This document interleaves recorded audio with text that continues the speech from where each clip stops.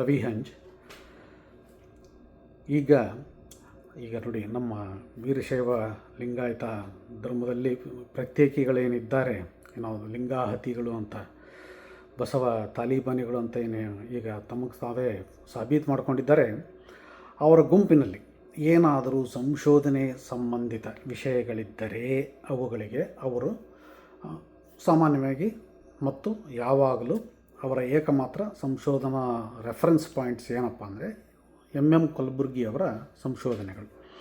ಈ ವಿಷಯವಾಗಿ ಜಾಮದಾರ್ ಅವರು ಇರಲಿ, ರಂಜಾನ್ ದರ್ಗಾ ಇರಲಿ, ಮೀನಾಕ್ಷಿ ಬಾಳಿಯವರು ಇರಲಿ, ಅಥವಾ JS ಪಾಟೀಲ್ ಇರಲಿ, ಸತ್ಯಂಪೇಟೆಯವರು ಇರಲಿ, ಮುಂತಾದ ಪ್ರತಿಯೊಬ್ಬ ಲಿಂಗಾಹತಿ ಗುಂಪಿನ ವಕ್ತಾರರು ಏನೇ ಸಂಶೋಧನೆ ವಿಷಯವಾಗಿ ಬಂದಾಗ ಅವರು ಪ್ರೊಫೆಸರ್ ಎಂ ಕಲಬುರ್ಗಿಯವರ ಸಂಶೋಧನೆಗಳನ್ನು ತೋರಿಸಿ, ಇದು ಅವರ ಅಂತಿಮ ಸಂಶೋಧನೆಗಳು, ಇವೇ ಅಂತಿಮ, ಈ ವಿಷಯವಾಗಿ, ಧಾರ್ಮಿಕ ವಿಷಯವಾಗಿ, ಲಿಂಗಾಯತ ಪ್ರತ್ಯೇಕ ಧರ್ಮದ ವಿಷಯವಾಗಿ ಇದೇ ಅಂತಿಮ ಅಂತ ಅವರು ಒತ್ತು ಕೊಟ್ಟು ಹೇಳ್ಕೊಂಡು ಬರ್ತಾಯಿದ್ದಾರೆ. ಹಾಗಾಗಿ ಅವರ ಸಂಶೋಧನೆಗಳನ್ನು ನಮ್ಮ ಜನಸಾಮಾನ್ಯ ತಿಳುವಳಿಕೆಯ ಅರ್ಥದಲ್ಲಿ ಸ್ವಲ್ಪ ಗಮನವಿಟ್ಟು ನೋಡೋಣ. ಯಾಕಂದರೆ ಈ ಸಂಶೋಧನೆಗಳನ್ನು ಏನೇ ಇದ್ದರೂ ಸ್ವಲ್ಪ ಪ್ರತ್ಯಕ್ಷ ನೋಡಿದರೂ ಪರಾಮರ್ಶಿಸಿ ನೋಡು ಅಂತ ಏನಿರುತ್ತಲ್ಲ, ಪ್ರಾಮಾಣಿಸಿ ನೋಡು ಅಂತ. ಹಾಗಾಗಿ ಅದನ್ನು ಸಂಶೋಧನೆಗಳನ್ನು ನಾವು ಒಂದು ತರ್ಕಕ್ಕೆ ಒಡ್ಡಿ ಅವನ್ನು ಒಪ್ಕೊಳ್ಬೇಕು. ಸೊ ಹಾಗಾಗಿ ಅವರ ಸಂಶೋಧನೆಗಳನ್ನು ಸ್ವಲ್ಪ ಒಂದು 15 ಅಡಿ 20 ಅಡಿ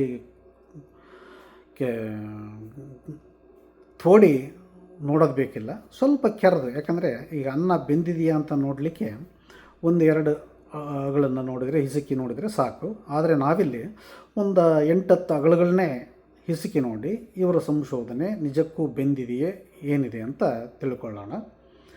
ಈ ವಿಷಯವಾಗಿ ಕಲಬುರ್ಗಿಯವರು ಏನು ಹೇಳ್ತಾರಪ್ಪ ಅಂದರೆ, ಅವರ ಪೂರ್ವೋಕ್ತ ಅನ್ನೋ ಕೃತಿ ಪುಟ 14ರಲ್ಲಿ ವೀರಶೈವ ಎಂಬ ಪದಬಳಕೆಯಾಗಿರುವ ಬಸವ, ಅಲ್ಲಮ, ಅಕ್ಕನ ವಚನಗಳು, ಪ್ರಕ್ಷೇಪ ವಚನಗಳು, ಅವುಗಳನ್ನು ತಿರಸ್ಕರಿಸಬೇಕು ಅಂತ ಅವರು ಕರೆ ಕೊಡ್ತಾರೆ ಅವರ ಪೂರ್ವೋಕ್ತ ಕೃತಿ ಪುಟ 14ರಲ್ಲಿ. ಆದರೆ ಅವು ಏಕೆ ಪ್ರಕ್ಷೇಪ ಅನ್ನೋದಕ್ಕೆ ಅವರು ಯಾವುದೇ ಸಮಜಾಯಿಷಿಯನ್ನು ಕೊಡಲ್ಲ, ಸಮರ್ಥ ಕಾರಣಗಳನ್ನು ಕೊಡಲ್ಲ. ಅವರು ಏನಪ್ಪ ಅಂದರೆ, ನಾನು ಸಂಶೋಧಿಸಿದ್ದೇನೆ, ನೀವು ಕೇಳಬೇಕು ಅಷ್ಟೇ ಅನ್ನೋ ರೀತಿ ಅವರ ಧಾಟಿ ಅವರ ಕೃತಿಗಳಲ್ಲಿ ಇದೆ. ಹೀಗಿದ್ದು ವೀರಶೈವ ಎಂದಿರೋ ವಚನಗಳು ಪ್ರಕ್ಷಿಪ್ತ ಅಂತ ಅವರು ಏನು ಕೃತಿಯಲ್ಲಿ ಹೇಳಿದ್ದಾರಲ್ಲ, ಆ ಎಲ್ಲ ವಚನಗಳನ್ನ, ಆ ಪ್ರಕ್ಷಿಪ್ತ ಅನ್ನತಕ್ಕಂಥ ವಚನಗಳನ್ನು ಸೇರಿಸಿ ಅವರದೇ ಸಂಪಾದಕತ್ವದಲ್ಲಿ ವಚನ ಸಂಪುಟ ಅಂತ ಅಧಿಕೃತವಾಗಿ ಪ್ರಕಟಿಸಿದ್ದಾರೆ. ಅಂದರೆ ಅವರ ಪೂರ್ವೋಕ್ತ ಕೃತಿಗೂ ಅವರ ಸಂಪಾದಕತ್ವದ ವಚನ ಸಂಪುಟ ಕೃತಿಗೂ ಅವರ ಸಂಶೋಧನೆ ರದ್ದಾಗದಷ್ಟೇ ಅಲ್ಲ, ಅದು ನಿಶೂನ್ಯವಾಗುತ್ತೆ. ಹೇಗಪ್ಪ ಅಂದರೆ, ಅವರ ಸಂಪಾದಕತ್ವದ ವಚನದ ಸಂಪುಟಗಳಲ್ಲಿ ವೀರಶೈವ ಅನ್ನೋ ಪದವನ್ನು 142 ವಚನಗಳಲ್ಲಿ ಒಟ್ಟು 221 ಕಡೆ ವಚನಕಾರರು ಬಳಸಿದ್ದಾರೆ.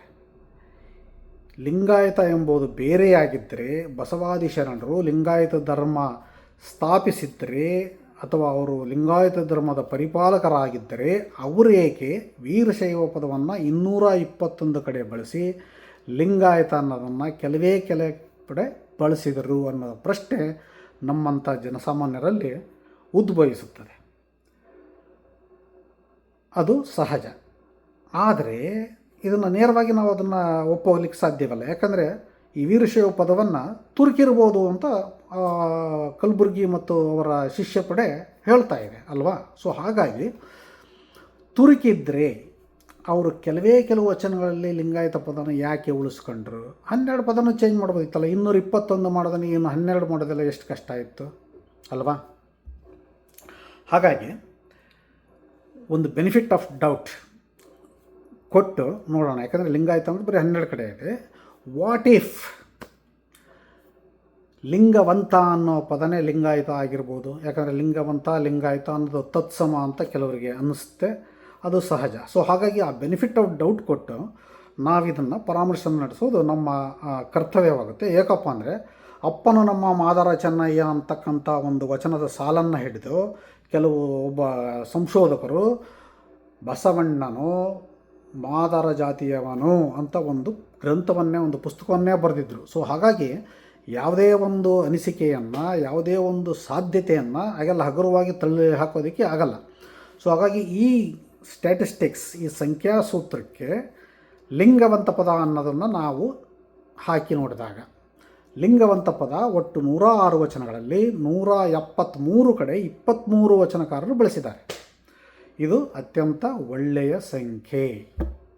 ಹಾಗಾಗಿ ಲಿಂಗವಂತ ಪದವನ್ನು ನಾವು ಇನ್ನಷ್ಟು ಆಳವಾಗಿ ನೋಡಬೇಕು.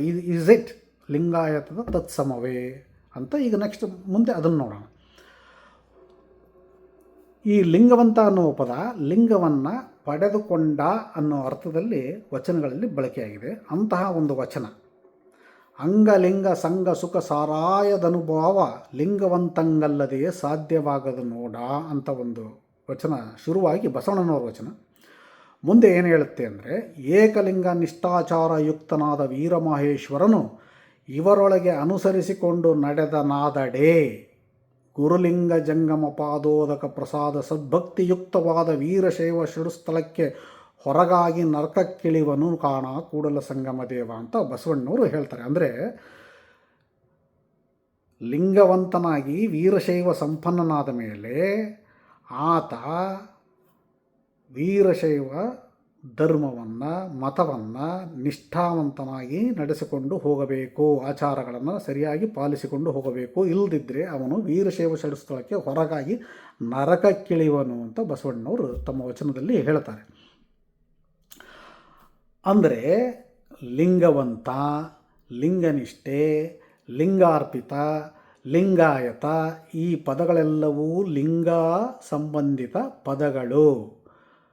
ಇವು ಕೇವಲ ಲಿಂಗ ಸಂಬಂಧಿತ ಪದಗಳೇ ಹೊರತು ವಿಶಾಲವಾದ ವೀರಶೈವ ಮತಕ್ಕೆ ಪರ್ಯಾಯ ಪದಗಳಲ್ಲ.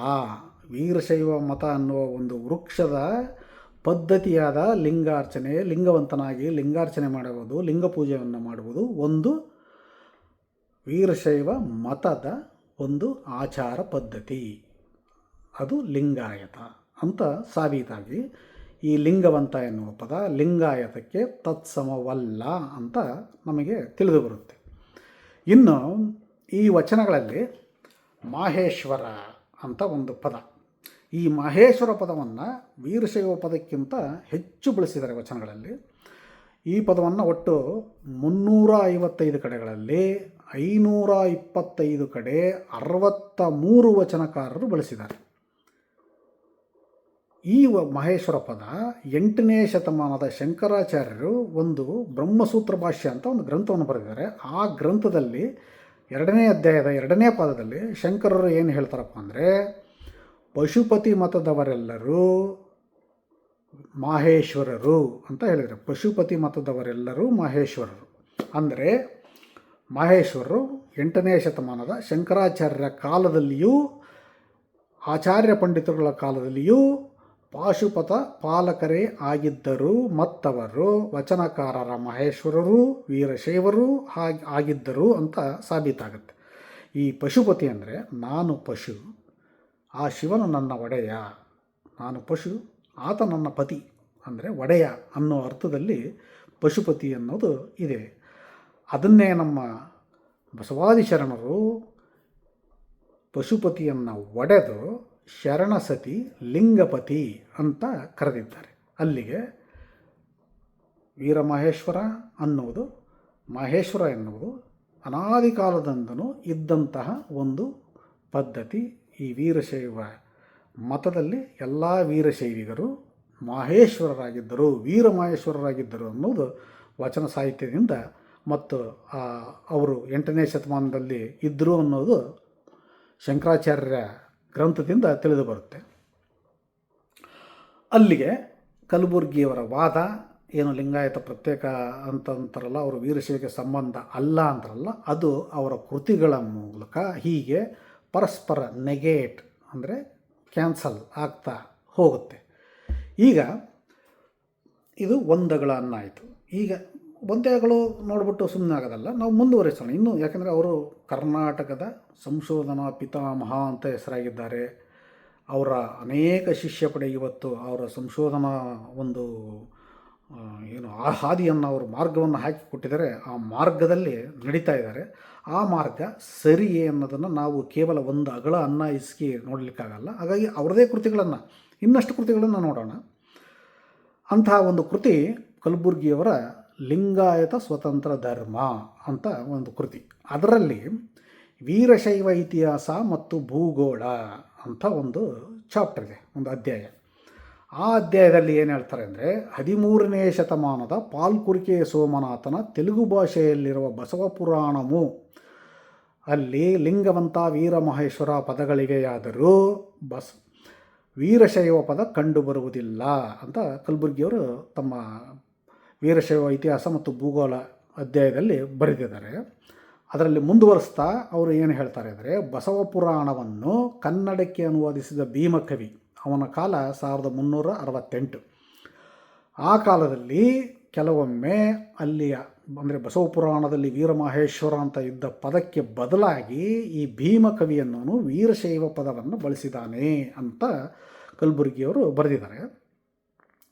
ಕನ್ನಡದಲ್ಲಿ ವೀರಶೈವ ಪದ ಮೊದಲು ಕಂಡುಬರುವುದು ಇದೇ ಮೊದಲು ಅಂತಾರೆ. ಹಾಗಾಗಿ ವೀರಶೈವ ಪದ ಪಾಲ್ಕುರಿಕೆ ಸೋಮೇಶನ ತೆಲುಗು ಬಸವ ಪುರಾಣము ಮತ್ತು ಭೀಮಕವಿಯ ಕನ್ನಡ ಬಸವ ಪುರಾಣದ ಮಧ್ಯದ ಕಾಲಾವಧಿಯಲ್ಲಿ ಹುಟ್ಟಿದೆ ಎಂದು ಸ್ಪಷ್ಟವಾಗಿ ಹೇಳಬಹುದು ಅಂತ ಕಲಬುರ್ಗಿಯವರು ಹೇಳ್ತಾರೆ.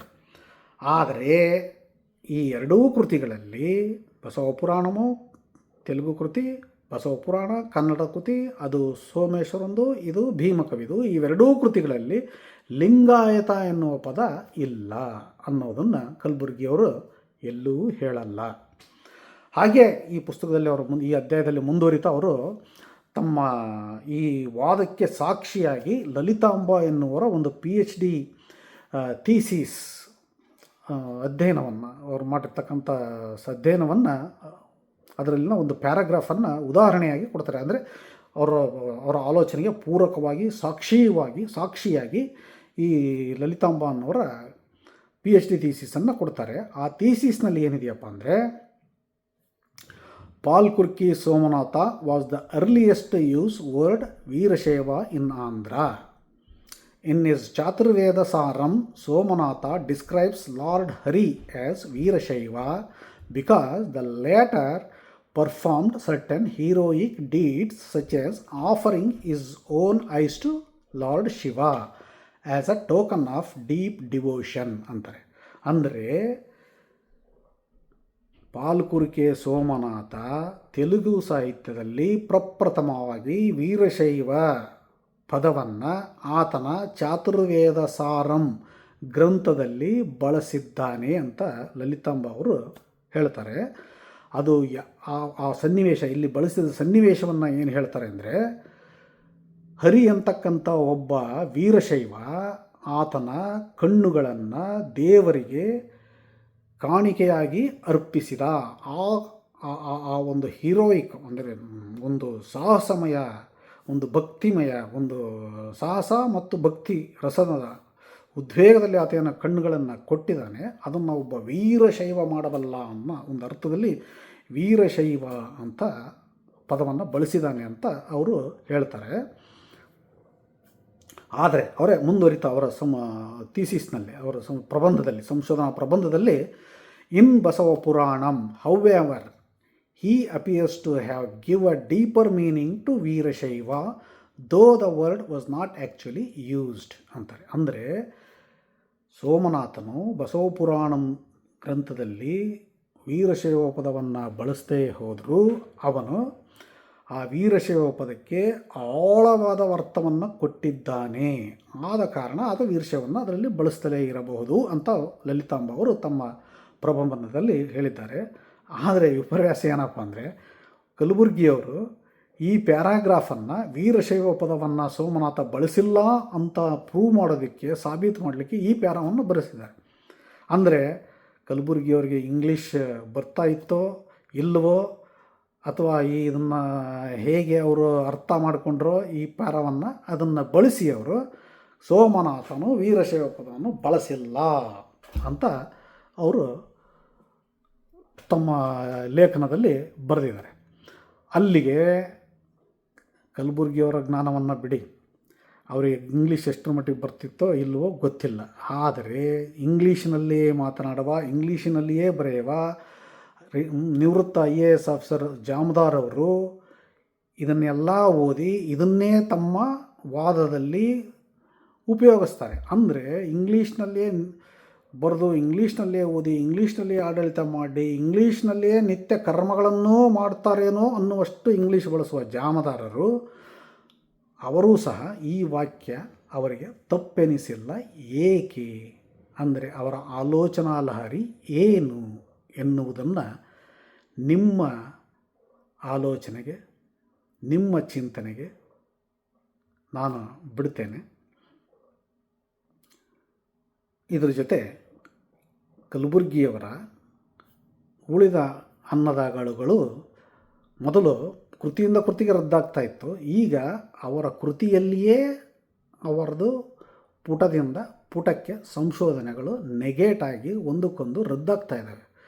ಚಾಪ್ಟರ್ 1ನಲ್ಲಿ ಹೀಗೆ ಹೇಳಿದರು, ಅಧ್ಯಾಯ 1ರಲ್ಲಿ ಹೀಗೆ ಹೇಳಿದರು, ಅಧ್ಯಾಯ 2ರಲ್ಲಿ ಹೀಗೆ ಹೇಳಿದ್ದಾರೆ. ಸೊ ಅಧ್ಯಾಯ 2ರಲ್ಲಿ ಅಧ್ಯಾಯ 1 ಪುಟ 2ರಲ್ಲಿ ಪುಟ 1 ಕ್ಯಾನ್ಸಲ್ ಆಗುತ್ತೆ. ಹೀಗೆ ಅವರ ಕೃತಿಯಲ್ಲೇ ಅವರ ಪುಟದಿಂದ ಪುಟಕ್ಕೆ ಅವರ ಸಂಶೋಧನೆಗಳು ರದ್ದಾಗುತ್ತಾ ಸಾಗುತ್ತವೆ. ಹೀಗಿದ್ದಾಗ ಕಲಬುರ್ಗಿಯವರ ಇನ್ನೊಂದೆರಡು ಅನ್ನವನ್ನು ನೋಡೋಣ. ಇನ್ನೊಂದೆರಡು ಅನ್ನ ಹಿಸುಕಿ ಅವರ ಸಂಶೋಧನೆಯನ್ನು ಮತ್ತೆ ನೋಡೋಣ. ಇವರ ಇನ್ನೊಂದು ಅಧ್ಯಾಯ ಜಗದಾಚಾರ್ಯರದು ಜಾತಿಭೇದ ಸಿದ್ಧಾಂತ ಪಂಚಾಚಾರ್ಯರ ನಿಜ ಸ್ವರೂಪ ಅಂತ ಒಂದು ಉದ್ದನೆಯ ಅಧ್ಯಾಯ ಇದೆ.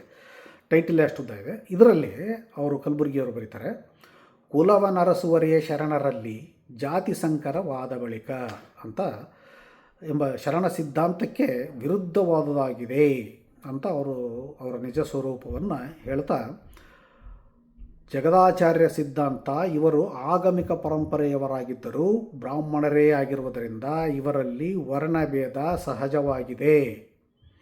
ಈ ಬ್ರಾಹ್ಮಣರ ಜಾತಿ ಭೇದ ಆಚರಣೆಗೆ ಲಿಂಗಸುಗೂರು ತಾಲೂಕಿನ ಕರಡಿಕಲ್ಲು ಗ್ರಾಮದ 2 ಶಾಸನಗಳು, ಅಂದರೆ ಆ ಶಾಸನಗಳ ಹೆಸರು ರಾಯಚೂರು ಜಿಲ್ಲೆಯಲ್ಲಿದ್ದಾವೆ. ಲಿಂಗಸೂಗೂರು 4, ಲಿಂಗಸೂಗೂರು 6 ಅಂತಕ್ಕಂಥ 2 ಇವು ಶಿಲಾಶಾಸನಗಳಿಗೆ ನೇಮಿಂಗ್ ಕನ್ವೆನ್ಷನ್ ಈ ರೀತಿ ಹೆಸರಿಟ್ಟಿರೋದು ಸಾಮಾನ್ಯ. ಈ ಲಿಂಗಸೂಗೂರು 4 ಮತ್ತು ಲಿಂಗಸೂಗೂರು 6 ಶಿಲಾಶಾಸನಗಳು ಸಾಕ್ಷಿಯಾಗಿವೆ ಅಂತಾರೆ. ಮುಂದುವರಿಯುತ್ತಾ ಅವರು, ಇವು 11ನೇ ಶತಮಾನದ ಉತ್ತರಾರ್ಧದ, ಅಂದರೆ ಬಸವಣ್ಣನಿಗೆ ಕೆಲವೇ ವರ್ಷ ಪೂರ್ವದ ಶಾಸನಗಳಾಗಿವೆ. ಇಲ್ಲಿಯ ತತ್ಪುರುಷ ಶಿವ, ಸೂಕ್ಷ್ಮ ಶಿವ, ಮೈಮ ಶಿವ ಹೆಸರುಗಳ ಮುಂದೆ ಶಿವ ಅಂದರೆ ಶಿವಾಚಾರ್ಯ ಪ್ರತ್ಯಯವಿರುವುದರಿಂದ ಇವರು ಇಂದಿನ ಪಂಚಾಚಾರ್ಯ ಪರಂಪರೆಯ ಪೂರ್ವಜರೆಂದು ಸ್ಪಷ್ಟವಾಗುತ್ತದೆ ಅಂತ ಹೇಳ್ತಾರೆ. ಅದನ್ನೇ ಮುಂದುವರಿಯುತ್ತಾ, ಈ ಶಾಸನದಲ್ಲಿ ಸೂಕ್ಷ್ಮ ಶಿವಾಚಾರ್ಯನು ಅಂತ್ಯಜಾತಿಯಾರಾದಡ ವಂಗಡಿ ಬೀದಿಯೊಳಗೆ ಮದುವೆಯಲು ಬಂಡಿಯ ನೇರಿ ಬರಸಲ್ಲದು, ಬಂಧನಪ್ಪಡೆ 12 ಗದ್ಯಾಣ ಪೊನ್ನಂ ದಂಡವಂ ತಿರುವರಂತಪ್ಪುದಕ್ಕೆ ಶ್ರೀ ಬಲ್ಲವರಸರಾಣೆ ಶ್ರೀಮದ್ರಾಜ ಗುರುದೇವರಾಣೆ ಎಂದು ಆಜ್ಞೆ ಹೊರಡಿಸಿರುವನು ಅಂತ ಹೇಳ್ತಾರೆ. ಅಂದರೆ ಅವರು ಹೇಳೋದೇನಪ್ಪ ಅಂದರೆ, ಈ ಶಿವಾಚಾರ್ಯರು ಅವರ ಪಟ್ಟಣದಲ್ಲಿ ನಗರ ಬೀದಿಯಲ್ಲಿ ಯಾರಾದರೂ ಒಬ್ಬ ಅಂತ್ಯಜ ತನ್ನ ಮದುವೆಯ ಮೆರವಣಿಗೆಗೆ ಬಂಡಿಯನ್ನೇರಿ ಬಂದರೆ 12 ಗದ್ಯಾಣ ದಂಡವನ್ನು ಕಟ್ಟಬೇಕು ಅನ್ನೋ ಒಂದು ಆಜ್ಞೆಯನ್ನು ಹೊರಡಿಸಿದ್ರು ಅಂತ ಅವರು ಈ ಶಿಲಾಶಾಸನದ ಪ್ರಕಾರ ಹೇಳ್ತಾರೆ. ಅಸ್ಪೃಶ್ಯರು ಮದುವೆಗೆ ಮೆರವಣಿಗೆ ಬಂಡಿಯನ್ನು ಗ್ರಾಮಕ್ಕೆ ತರಕೂಡದು ತಂದರೆ ಅದನ್ನೇ ಹೇಳ್ತಾರೆ. ಮುಂದುವರಿಯುತ್ತೆ ಏನಾಗ್ತಾರೆ, ಇದನ್ನು ನೋಡಿದರೆ, ಈ ಶಿಲಾಶಾಸನವನ್ನು ನೋಡಿದರೆ ಈ ಶಿವಾಚಾರ್ಯರದ್ದು ಅಂದರೆ ಮುಂದುವರಿದ ರೂಪವಾಗಿರುವ ಇಂದಿನ ಪಂಚಾಚಾರ್ಯರದ್ದು ಅಂತ ಅವರು ಮತ್ತೆ ಅದಕ್ಕೆ ಅಂಡರ್ಲೈನ್ ಮಾಡಿ ಹೇಳ್ತಾರೆ. ಅಂದರೆ ಇಂದಿನ ವೀರಶೈವ ಜಂಗಮರದು ಮೂಲತಃ ಜಾತಿ ಭೇದ ಪಾಲಿಸುವ ಬ್ರಾಹ್ಮಣ ಧರ್ಮವೆಂದು ಸ್ಪಷ್ಟವಾಗುತ್ತದೆ ಅಂತ ಅವರು ತಮ್ಮ ವ್ಯಾಖ್ಯಾನವನ್ನು ಹೇಳ್ತಾರೆ. ಶಿಲಾಶಾಸನದಲ್ಲಿ ಹೀಗಿದೆ ಅಂದ ತಕ್ಷಣ ಸೊ ಹೀಗೆ ಅಂತ ಅವರು ಡಿಕ್ಟೇಟ್ ಮಾಡ್ತಾ ಹೋಗ್ತಾರೆ. ಅದಕ್ಕೆ ಯಾವುದೇ ಒಂದು ಪುರಾವೆ ಇರಲ್ಲ. ಅವರು ಅದನ್ನು ಹೀಗೆ ಹೇಳ್ತಾರೆ, ನನಗೀಗ ಅನ್ನಿಸ್ತಾ ಇದೆ ಅದು ಬ್ರಾಹ್ಮಣ ಧರ್ಮದವರೇ ಆಗಿದ್ದರು. ಇಲ್ಲಿ ಪಂಚಾಚಾರ್ಯರನ್ನು ವರ್ಣಭೇದಿಗರು ಎಂದು ಆರೋಪಿಸುವ ಬರದಲ್ಲಿ ಅವರು ಏನು ಮಾಡಿದ್ರಪ್ಪ ಅಂದರೆ, ಅವರೇ ಹೇಳ್ತಾರೆ ಪಂಚಾಚಾರ್ಯರದ್ದು 16ನೇ ಶತಮಾನದ ಕೊನೆಯಲ್ಲಿ ಬಂದವರಿವರು ಅಂತ ಹೇಳ್ತಾರೆ. ಅದಕ್ಕೆ ಮುಂಚೆ ಇರಲೇ ಇಲ್ಲ ಅಂತ ಹೇಳ್ತಾರೆ. ಆದರೆ ಇಲ್ಲಿ ಇದೇ ತಮ್ಮ ಗ್ರಂಥದಲ್ಲಿ, ತಮ್ಮ ಈ ಅಧ್ಯಾಯದಲ್ಲಿ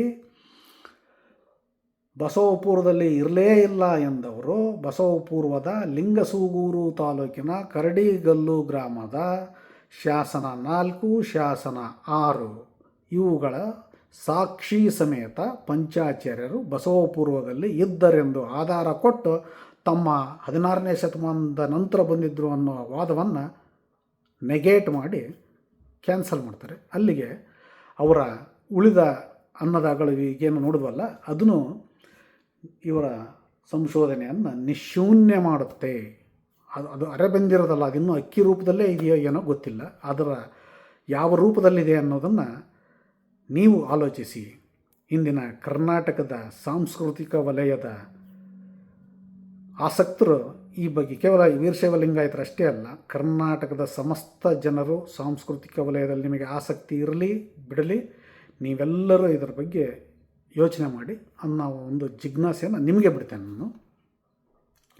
ಅಂದಹಾಗೆ ಇವರೇನು ಹೇಳಿದ್ರಲ್ಲ, ಕುಲವನರಸುವರೇ ಶರಣರ ಜಾತಿ ಸಂಕರವಾದ ಬಳಿಕ ಅಂತ, ಆ ವಚನದ ಮೂಲ ಸಿದ್ಧಾಂತ ಶಿಖಾಮಣಿಯ ಒಂದು ಶ್ಲೋಕದಲ್ಲಿದೆ. ಆ ಶ್ಲೋಕ ಹೇಗನಪ್ಪ ಅಂತ ಹೇಳುತ್ತೆ ಅಂದರೆ, ಬ್ರಾಹ್ಮಣ ಕ್ಷತ್ರಿಯೋ ವಾಪಿ ವೈಶ್ಯೋ ವಾ ಶೂದ್ರ ಏವಾ ವಾ ಅಂತ್ಯಜೋ ವಾ ಶಿವಭಕ್ತ ಶಿವವಾನ್ಮಾನಂ ಏವಾ ಸಹ ಶಿವಭಕ್ತಿ ಸಮಾವೇಶೇ ಕ್ವಜಾತಿ ಪರಿಕಲ್ಪನಾ ಇಂದನೇಶ್ವಗ್ನಿ ದಗ್ಧೇಶು ಖೋ ವಾ ಭೇದ ಪ್ರಕೀತ್ಯರ್ಥೇ ಅಂತ ಆ ಒಂದು ಶ್ಲೋಕ ಹೇಳುತ್ತೆ. ಆ ಶ್ಲೋಕದ ಅರ್ಥ ಏನಪ್ಪ ಅಂದರೆ, ವೀರಶೈವನಾದ ಬಳಿಕ ಎಲ್ಲ ನೀನು ಯಾವುದೇ ವರ್ಣದಲ್ಲಿರೋ ನೀನು ಸರ್ವ ಸಮಾನನು, ಶಿವಸ್ವರೂಪಿ ಅಂತ ಸಿದ್ಧಾಂತ ಶಿಖಾಮಣಿಯ ಶ್ಲೋಕ ಹೇಳುತ್ತೆ.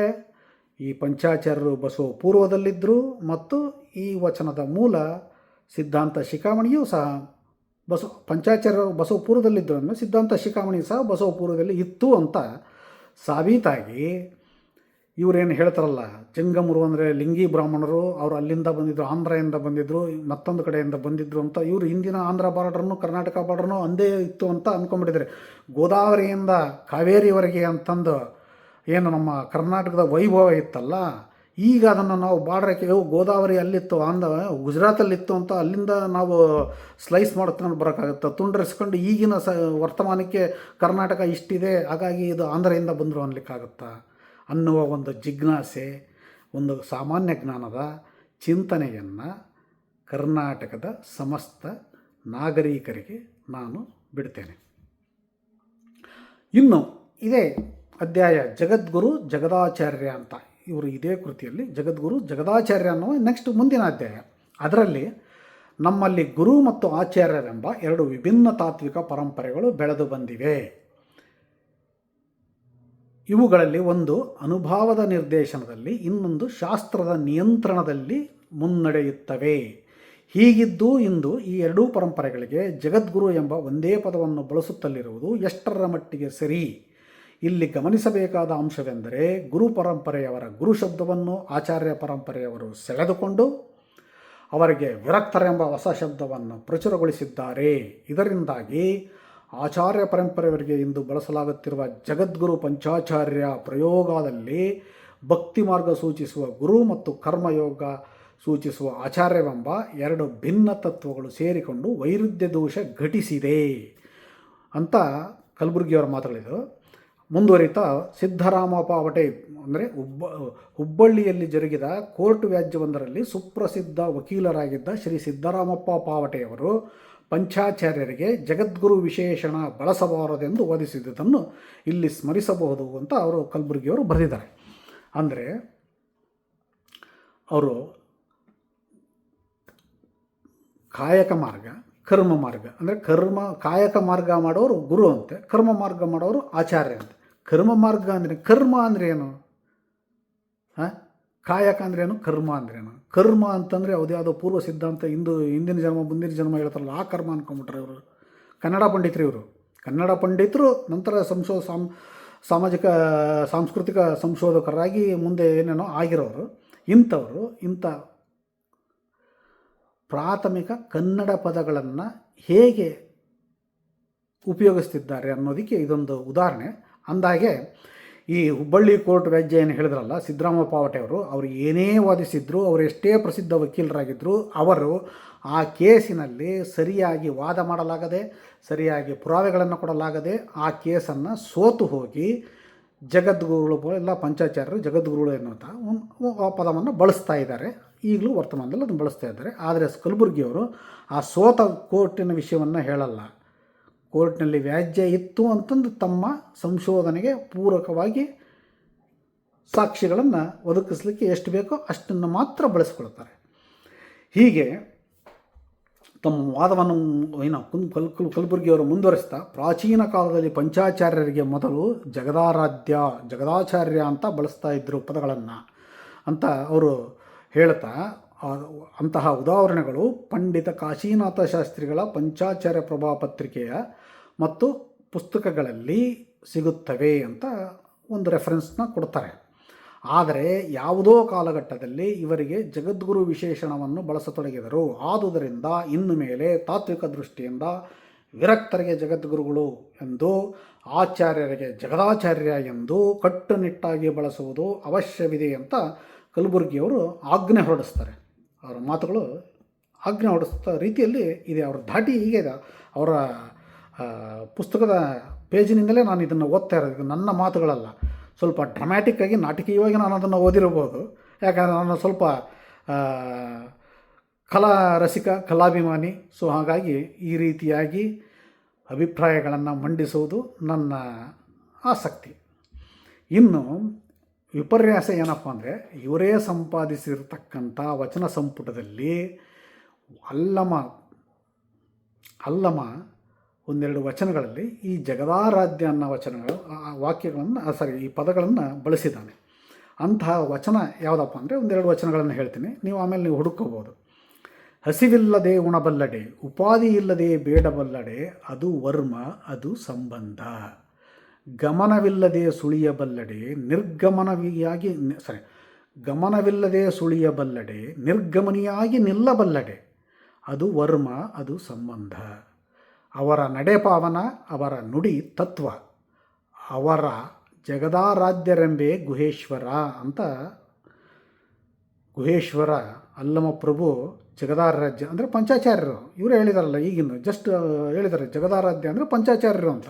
ಪಂಚಾಚಾರ್ಯರನ್ನು ಅವರ ನಡೆಪಾವನ, ಅವರ ನುಡಿಯೇ ತತ್ವ ಅಂತ ಅಲ್ಲಮಪ್ರಭು ಹೇಳಿದ್ದಾನೆ.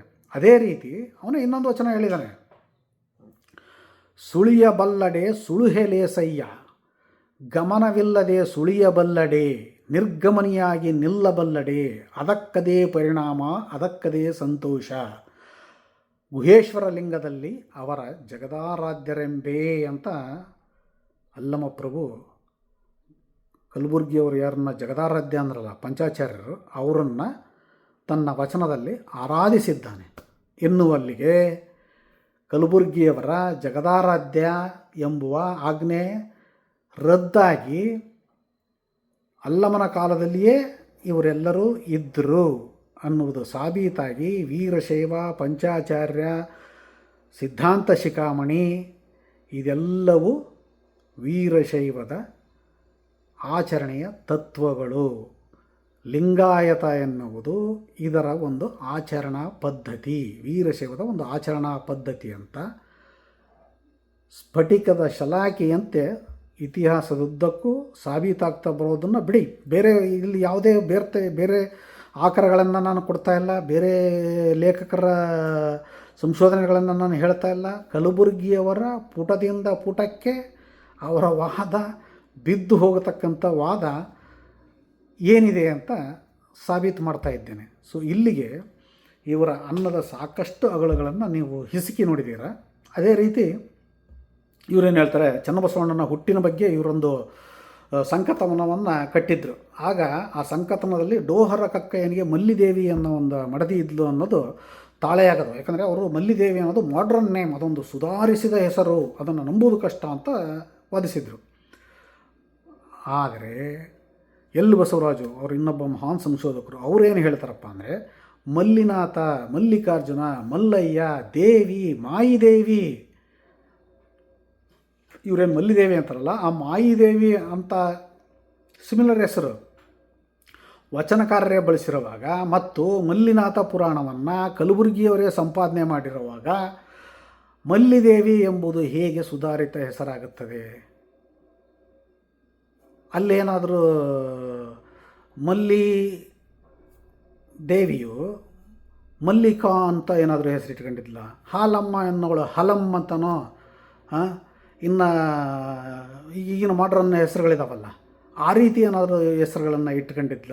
ಮಲ್ಲಿದೇವಿ ಅನ್ನೋದು ಒಂದು ಸಹಜ ಸಾಂಸ್ಕೃತಿಕ ಕನ್ನಡ ನಾಡಿನ ಹೆಸರು, ಅದು ಮಾಡ್ರನ್ ಹೆಸರಲ್ಲ. ಮಲ್ಲಿಕಾ ಅಂತ ಇದೆಯಾ? ಅಲ್ಲ. ಇವರು ಹೇಗೆ ಅದನ್ನು ಸುಧಾರಿಸಿದ ಹೆಸರು ಅಂತ ಅಂದ್ಕೊಂಡ್ರು ಗೊತ್ತಿಲ್ಲ. ಅದನ್ನೇ ಎಲ್ ಬಸವರಾಜ್ ಅವರು ಏನು ಹೇಳ್ತಾರೆ ಅಂದರೆ, ಈ ಕುರಿತಾಗಿ ಕಲಬುರಗಿಯವರಿಗೆ ತಿಳಿ ಹೇಳಿದ ಮೇಲೂ ತಿದ್ದಿಕೊಳ್ಳದಿರುವುದು ಅಪರಾಧವಾಗುತ್ತದೆ ಅಂತ ನಾವು ಸಾಕಷ್ಟು ಸಾರಿ ಹೇಳಿದ್ದೇವೆ ಅಂತ ಹೇಳುವುದರೊಂದಿಗೆ, ಕನ್ನಡ ಪಂಡಿತರು, ಚಿನ್ನದ ಪದಕವನ್ನು ಪಡೆದಿರತಕ್ಕಂಥ ಕನ್ನಡ ಪಂಡಿತರು ಸಂಶೋಧನಾ ವಲಯಕ್ಕೆ ಬಂದು ಹೇಗೆ ಅವರ ಮನದ ಮಾತುಗಳನ್ನು ಸಂಶೋಧನೆಗೆ ತುರುಕಿ ಹೇಗೆ ಒಂದು ಧರ್ಮ ಭಂಜನೆಗೆ ಕೈ ಹಾಕಿದ್ದರು ಅನ್ನುವುದು ಅವರ ಸಂಶೋಧನೆಯಲ್ಲಿಯೇ ಸಾಬೀತಾಗ್ತಾ ಹೋಗುತ್ತೆ. ಇದುವರೆಗೂ ನಾವು ಅವರ ಸಂಶೋಧನೆ, ಅವರ ಕೃತಿಯಿಂದ ಕೃತಿಗೆ, ಅವರ ಪುಟದಿಂದ ಪುಟಕ್ಕೆ ಅವರನ್ನು ರದ್ದು ಮಾಡ್ತಾ ಬಂದಿದ್ದೇವೆ. ಇಂತಹ ರದ್ದಾದ ವ್ಯಕ್ತಿಯ ಸಂಶೋಧನೆಗಳನ್ನು, ಸಂಶೋಧನಾ ಮಾರ್ಗಗಳನ್ನು 21ನೇ ಶತಮಾನದ ಪಂಡಿತರುಗಳು, ವಿಶ್ವವಿದ್ಯಾನಿಲಯಗಳು ಈಗಲೂ ಅನುಸರಿಸುತ್ತಾವೆ,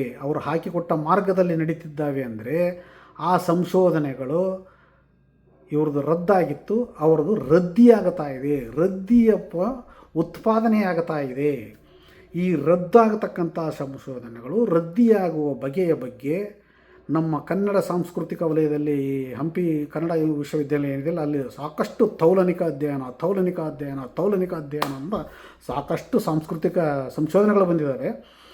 ಆ ಒಂದು ಈ ರದ್ದಾಗತಕ್ಕಂಥ ಸಂಶೋಧನೆಗಳು ರದ್ದಿ ಹೇಗೆ ಆಗ್ತವೆ ಅನ್ನೋದ್ರ ಬಗ್ಗೆ ಒಂದೆರಡು ತೌಲನಿಕ ಅಧ್ಯಯನಗಳು ಬರಬೇಕಾಗಿದೆಯೋ ಏನೋ.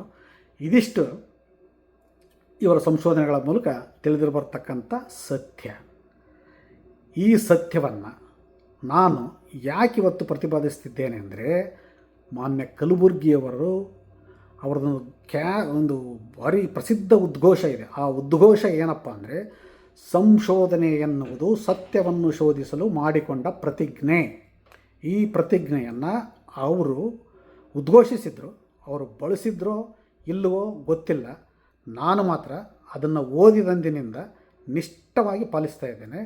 ಈ ನಿಷ್ಠೆಗೆ ಅನುಗುಣವಾಗಿ ಇಂದಿನ 21ನೇ ಶತಮಾನ ಮಾಹಿತಿ ತಂತ್ರಜ್ಞಾನದ ಯುಗದಲ್ಲಿಯೂ ಇಂತಹ ರದ್ದಿಯಾದ ಸಂಶೋಧನೆಗಳನ್ನು ಬಳಸಿಕೊಂಡು ಖ್ಯಾತ ಸಾಕ್ಷಿ ಪ್ರಜ್ಞೆಗಳು, ರಂಜಾನ್ ದರ್ಗಾ, ಮೀನಾಕ್ಷಿ ಬಾಳಿ, SG ಸಿದ್ದರಾಮಯ್ಯ, ಮಾಜಿ ಮುಖ್ಯಮಂತ್ರಿ ಸಿದ್ದರಾಮಯ್ಯ ಪ್ರತ್ಯೇಕ ಧರ್ಮವನ್ನೇ ಕೊಟ್ಟಿದ್ರು ಇಂಥ ಸಂಶೋಧನೆಗಳನ್ನು ನಂಬಿಕೊಂಡು. ಇಂಥ ಸಂಶೋಧನೆಗಳನ್ನೇ ನಂಬಿಕೊಂಡು ಸತ್ಯಶೋಧನಾ ಸಮಿತಿ ಯಾರವರು ಜಸ್ಟಿಸ್ ನಾಗಮೋಹನ ದಾಸ್ ಮತ್ತು ಪುರುಷೋತ್ತಮ ಬಿಳಿವಲೆ ಮತ್ತು ಇನ್ನಿತರೆ ಯಾರ್ಯಾರೋ ಒಂದು ಕಮಿಟಿಯನ್ನು ಮಾಡಿಕೊಂಡು ಈ ಸಂಶೋಧನೆಗಳು, ರದ್ದಿಯಾದಂಥ ಸಂಶೋಧನೆಗಳನ್ನು ಇಟ್ಟುಕೊಂಡು ವರದಿಯನ್ನು ಕೊಟ್ಟಿದ್ದರು. ಅದಕ್ಕೆ ಎಷ್ಟು ಕೋಟಿ ಖರ್ಚು ಮಾಡಿದ್ರು ಸರ್ಕಾರ. ಈ ಸಂಶೋಧನೆಗಳನ್ನ ಮಾಡಲಿಕ್ಕೆ ಎಷ್ಟೊಂದು ಗ್ರ್ಯಾಂಟ್ ಅಂತಾರಲ್ಲ ಸರ್ಕಾರ, ವಿಶ್ವವಿದ್ಯಾಲಯದ ಗ್ರ್ಯಾಂಟ್ಗಳು ವೇಸ್ಟ್ ಆಗಿದೆ ಅನ್ನೋದನ್ನು ತೆರಿಗೆದಾರರು ನೀವು, ನಾನೊಬ್ಬ NRI ಬಿಡಿ, ನನಗೆ ಟ್ಯಾಕ್ಸ್ ಎಕ್ಸಂಪ್ಷನ್ ಇದೆ, ಯಾಕಂದರೆ ನಾನು ಫಾರಿನ್ ಎಕ್ಸ್ಚೇಂಜ್ನ ಕಳಿಸ್ತೀನಿ ಅಂತ ನನಗೆ ತೆರಿಗೆ ಇಲ್ಲ ಭಾರತದಲ್ಲಿ. ನೀವು ತೆರಿಗೆ ಪೇರುವ ನಿಮ್ಮ ಹಣ ಇಂತಹ ರದ್ದಿ ಸಂಶೋಧನೆಗಳಿಗೆ ಈಡಾಗೋದು ಸತ್ಯವೇ, ಸರಿಯೇ ಅಂತ ನೀವು ನಿಮ್ಮ 21ನೇ ಶತಮಾನದ ವಿಶ್ವಗುರು ಭಾರತದ ಘನ ನಾಗರಿಕರಾಗಿ ಆಲೋಚಿಸಿ ಕ್ರಮವನ್ನು ಕೈಗೊಳ್ಳಿ. ಕೇವಲ ವೀರಶೈವ ಲಿಂಗಾಯತರಲ್ಲ, ಸಮಸ್ತ ಕನ್ನಡ ನಾಡಿನ ಕನ್ನಡಿಗರು ತಮ್ಮ ಪ್ರಜ್ಞೆಯನ್ನು ಬಳಸಿ ನಿರ್ಧರಿಸಿ ಅಂತ ನಾನು ನಿಮ್ಮಲ್ಲಿ ಕೇಳಿಕೊಳ್ತೇನೆ. ಏಕೆಂದರೆ ಇದನ್ನು ನಾನು ಅತ್ಯಂತ ನಿಷ್ಠುರವಾಗಿ ಮಾತಾಡ್ತಾ ಇದ್ದೇನೆ. ಇದರಲ್ಲಿ ಯಾವ ಅವಹೇಳನವೂ ಇಲ್ಲ. ನಾನು ಕಲಬುರ್ಗಿಯವರನ್ನ ಅವಹೇಳಿಸಲು ಮಾತಾಡ್ತಾ ಇಲ್ಲ. ಕೇವಲ ರದ್ದಿಯನ್ನು ರದ್ದಿ ಅಂತ ಇದ್ದೇನೆ. ಬಂಗಾರವಿದ್ದರೆ ಅದನ್ನು ಬಂಗಾರ ಅಂತೇನೆ, ವಜ್ರ ಅಂತ ಇದ್ದರೆ ವಜ್ರ ಅಂತೇನೆ. ರದ್ದಿಯನ್ನು ನಾನು ವಜ್ರ ಎನ್ನಲಾರೆ. ಇದು ನನ್ನ ರಕ್ತಗತ ನಿಷ್ಠುರವಾದದ ಅಭಿಪ್ರಾಯ. ಇದು ವೀರಶೈವ ಲಿಂಗಾಯತದ ಗಣಾಚಾರದ ಒಂದು ಕರ್ತವ್ಯ. ಈ ಕರ್ತವ್ಯವನ್ನು ನಾನು ನಿಭಾಯಿಸ್ತಾ ಇದ್ದೇನೆ.